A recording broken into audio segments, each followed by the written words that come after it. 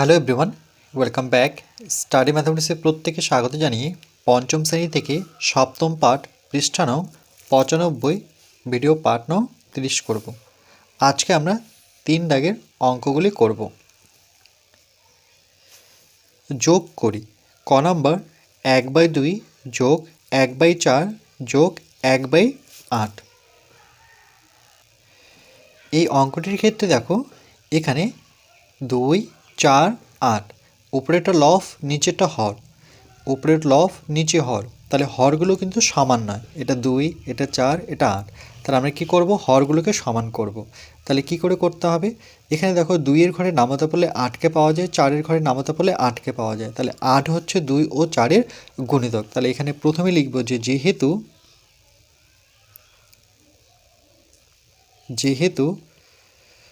2, 4 হলো 8 এর গুণিতক, হলো 8 এর গুণিতক, বা এভাবে লিখতে পারতাম 8 হলো 2 ও 4 এর গুণিতক। দুরকমভাবে লেখা যায় এই কথাটি, তো আমি এভাবে লিখলাম 8 হলো 2 ও 4 এর গুণিতক, বা 2, 4 হলো 8 এর গুণিতক। কেমন করে দেখো, এখানে 8কে যখন আমরা ভাঙবো তাহলে 2 এর ঘরে নামতে পাবো 2 অক্ষ 2, 2 দুগুণে 4, 3 দুগুণে 6, 4 দুগুণে 8।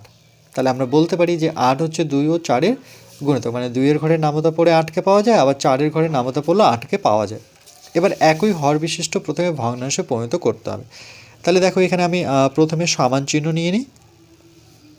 নেওয়ার পর মানে 2টাকে 8 করব, তাহলে দেখো মনে মনে হিসেব করে কি করে 8 করতে হবে পরে দেখিয়ে দিচ্ছি। এটাকে 8 করব, তাহলে 2 এর সাথে কত গুণ করলে 8 হবে, 2 অক্ষ 2, 2 দুগুণে 4, 3 দুগুণে 6, 4 দুগুণে 8, মানে 4 গুণ করতে হচ্ছে। যদি 4 গুণ করতে হয় তাহলে 4 দুগুণে কত হচ্ছে 8। যেহেতু হরের সাথে 4 গুণ করলাম তাহলে লবের সাথেও 4 গুণ করতে হবে, তাহলে 4 অক্ষে 4, তারপরে যোগ চিহ্ন দেবো। 4টাকে 8 করব, তাহলে 4 দুগুণে 8, মানে 4-এর সাথে 2 গুণ করতে হবে, তাহলে এখানে 8 হবে। যেহেতু হরের সাথে 2 গুণ করলাম তাহলে লবের সাথেও 2 গুণ করতে হবে, তাহলে 2 অক্ষে 2, আর এটা প্রথম থেকেই 8 আছে, তাহলে এখানে কোনো কিছুই গুণ করতে হচ্ছে না, 1/8। এবার এটা কেন হলো এটা আমি এখানে দেখাচ্ছি। যে আমাদের যে প্রথম ভগ্নাংশটি ছিল সেটা হচ্ছে 1/2, আমরা কি করব, একই হর বিশিষ্ট ভগ্নাংশে পরিণত করব, অর্থাৎ এটাকে আমরা 8 করব। তাহলে প্রথমে 1 লিখব, 1 লিখে একটি গুণ চিহ্ন দেবো, এখানে 2 বসাবো, 2 লিখে একটি গুণ চিহ্ন দেবো। প্রথম নিয়ম হচ্ছে এটা। এবার 2 এর ঘরে নামতা পড়ে আমাদের 8 আসতে হবে, মানে সব থেকে বড় যেটা হর সেটাতে আসতে হবে। তাহলে 2 অক্ষ 2, 2 দুগুণে 4, 3 দুগুণে 6, 4 দুগুণে 8, মানে 4 দিয়ে গুণ করতে হচ্ছে। যেহেতু হরের সাথে 4 গুণ করলাম তাহলে লবের সাথেও 4 গুণ করতে হবে।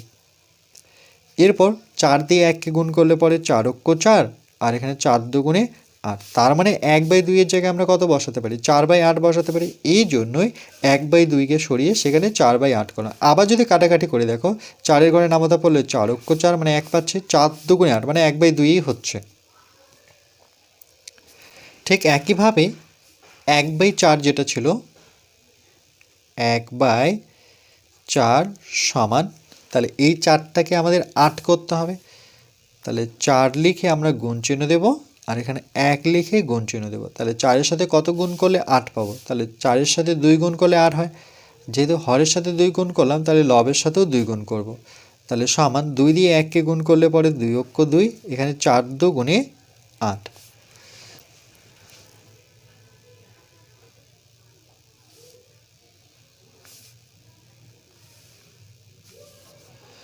তাহলে 1/4-এর জায়গায় আমরা 2/8 বসাবো। আবার কাটাকাটি করলে 2 অক্ষ 2, 2 দুগুণে 4, 4 দুগুণে 8, মানে 1/4ই পাচ্ছি।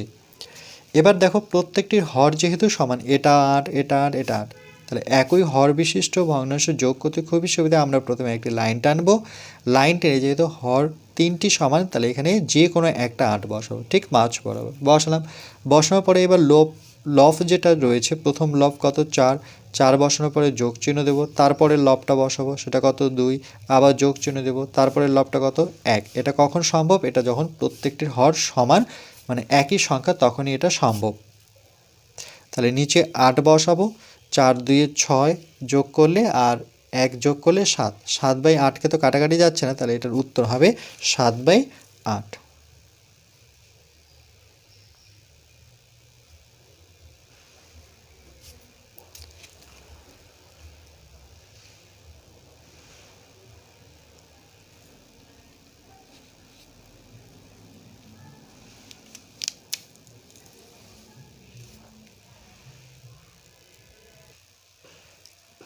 এরপর আমরা খ নম্বর প্রশ্নটি করব। 1/3 যোগ 2/27 যোগ 1/9। ঠিক একইভাবে দেখো, 3-এর ঘরে নামতা পড়লে 3 লং 27, 9-এর ঘরে নামতা পড়লে 3 লং 27। তাহলে 27 হচ্ছে 3 আর 9-এর গুণিতক। তাহলে আমরা লিখব যে যেহেতু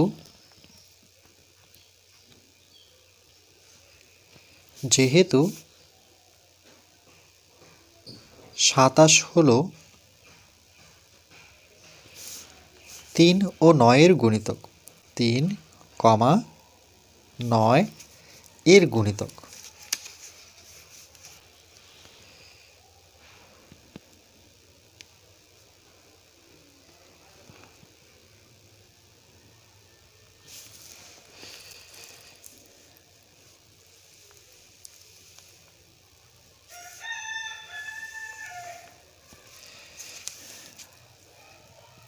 তাহলে 27-এর উৎপাদক দুটো কি কি? সেটা হচ্ছে 3-এর ঘরে নামতা পড়লে আমরা 27কে পাবো, আর 9-এর ঘরে নামতা পড়লে 27কে পাবো। দেখো 3 লং 27, তার মানে 9-এর ঘরে নামতা পড়লে আমরা 27কে পাবো, 3-এর ঘরে নামতা পড়লেও 27কে পাবো। তাহলে 27 হচ্ছে 3 আর 9-এর গুণিতক। তাহলে আমরা কি করব? প্রত্যেকটা হরকে সমান করব, মানে একই হর বিশিষ্ট ভগ্নাংশে পরিণত করব। এখানে হরগুলো কিন্তু একই নয়, এটাতে 3, এটাতে 27, এটা 9। তাহলে সমান, যেখানে 3 আছে সেখানে 27 করতে গেলে কত গুণ করতে হচ্ছে? 9 গুণ করতে হচ্ছে। দেখো 3 লং 27, তাহলে এখানে 27 হবে কখন? যখন 3-এর সাথে 9 গুণ হবে। তার মানে এখানে যেহেতু 3-এর সাথে 9 গুণ করেছি, তাহলে 9 কিন্তু লবের সাথেও গুণ হবে, তাহলে 9 এভাবে কিন্তু ভাবতে হবে মনে মনে।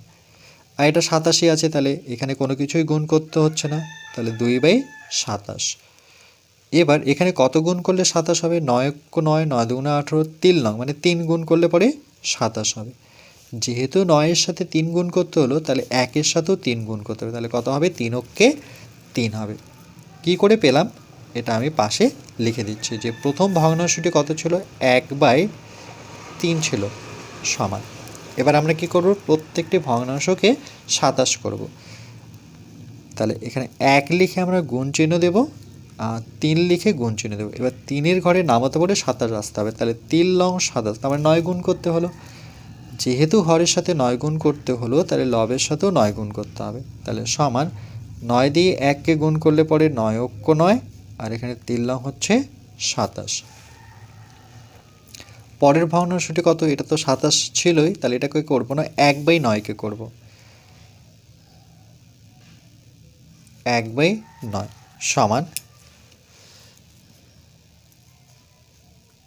1-এর সাথে কত গুণ করলে, না 9-এর সাথে কত গুণ করলে পরে 27 পাবো? তাহলে 9-এর ঘরে নামাতে পড়লে 9 9, 9 2 18, 3 লং 27। তাহলে হরের সাথে যেহেতু 3 গুণ করলাম, তাহলে লবের সাথেও আমরা 3 গুণ করে নেব। তাহলে 3-এর সাথে 1 গুণ করলে পরে 3 অক্ষ 3, আর এখানে 3 লং 27। দেখো প্রত্যেকটার হর কিন্তু সমান, এখানেও 27, এখানেও 27, আর এখানে 27 তো ছিলই।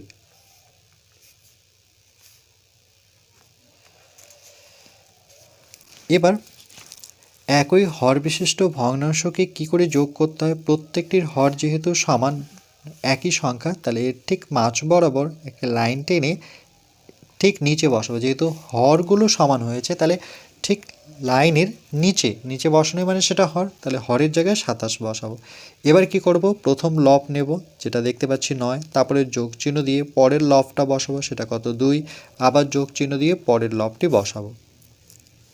তাহলে 9 আর 2 যোগ করলে 9 10 11, 11 আর 3 11, 12 13 14, তাহলে এখানে 11 আর 3 যোগ করলে পরে 14/27। এখানে তো কাটাকুটি যাচ্ছে না, তাহলে এটাই আমাদের উত্তর।